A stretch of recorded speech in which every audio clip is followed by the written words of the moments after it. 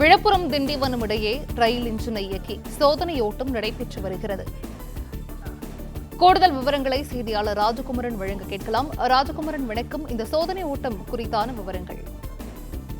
பெங்கல் புயல் கரையை கடந்து 3 நாட்களாகியும் விழுப்புரம் மாவட்டத்தில் பெய்த கனமழை காரணமாக ஏரிகளில் இருந்தும் ஆற்றில் இருந்தும் கிளை ஆறுகளில் இருந்தும் வெளியேறக்கூடிய உபரி நீரால் தொடர்ந்து இந்த பகுதியில் இருக்கக்கூடிய தேசிய நெடுஞ்சாலை, ரயில் தண்டவாளங்கள், மேம்பாலங்கள், தரைப்பாலங்கள் என்று எந்த வேறுபாடும் இல்லாமல் அனைத்திலும் வெள்ளம் பெருக்கெடுத்து ஓடிக்கொண்டிருக்கின்றது. இந்த நிலையில்தான் இன்று அதிகாலை முதல் விழுப்புரத்தை கடந்து சென்னையை நோக்கி செல்லக்கூடிய அனைத்து ரயில்களும் நிறுத்தப்பட்டிருக்கின்றன.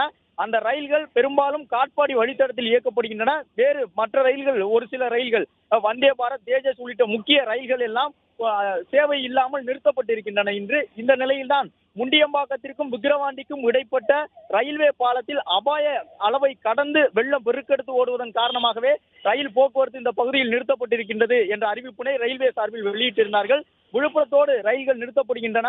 இந்த நிலையில்தான் அந்த ரயில் தண்டவாளங்கள் சீராக இருக்கின்றனவா, தொடர்ந்து ரயில்களை இயக்கலாமா, பாலங்களின் மீது ரயில்கள் செல்லும் பொழுது ஏதேனும் அதிர்வுகள் புதிதாக ஏற்படுகின்றதா என்று கண்டறிவதற்காக ரயில் சோதனை ஓட்டம் நடைபெற்றுக் கொண்டிருக்கின்றது. ஒரே ஒரு ரயில் என்ஜின் மட்டும் விழுப்புரத்திற்கும் திண்டிவனத்திற்கும் இடையே தற்பொழுது பயணம் செய்து வருகின்றது. பல இடங்களில் தண்டவாளத்தில் தண்ணீர் தேங்கி நிற்கின்றது. அந்த ரயில் தண்டவாளங்களுக்கு கீழே இருக்கக்கூடிய அந்த பாலப்பகுதி முழுவதுமாக மழை வெள்ள நீர், ஆறுகளிலிருந்து வெளியேறி இருக்கக்கூடிய உபரி நீர் நிறைத்து ஓடக்கூடிய காட்சிகளை பார்க்கின்றோம். இந்த பாலம் எல்லாம் அபாய கட்டத்தை கடந்து வெள்ளம் பாய்ந்து கொண்டிருக்கின்றது. இந்த நிலையில்தான் இந்த வழித்தடத்தில் ரயில்களை இயக்கலாமா என்று ரயில்வே சார்பில் தற்பொழுது இந்த சோதனை ஓட்டத்தை மேற்கொண்டிருக்கின்றார்கள். நூற்றுக்கணக்கான ரயில்கள் நிறுத்தப்பட்டிருக்கின்றன 2 வழித்தடங்களிலும். இந்த நிலையில் இந்த பாலத்தின் கீழே ஓடக்கூடிய வெள்ள நீர் காரணமாக அருகில் இருக்கக்கூடிய கதவு அணைகளை கடந்து இந்த வெள்ளம் பெருக்கெடுத்து ஓடிக்கொண்டிருக்கின்றது. ரயில் என்ஜின் சோதனை ஓட்டம் நடைபெற்றிருக்கக்கூடிய சூழலில் இந்த முடிவுகளை பொறுத்து இன்று பிற்பகலுக்கு பிறகு எக்ஸ்பிரஸ் ரயில்களை இந்த வழித்தடத்தில் அனுமதிக்கலாமா அல்லது தொடர்ந்து மாற்று வழியில் மட்டுமே இயக்கலாமா என்பது குறித்து முடிவு செய்ய உள்ளனர்.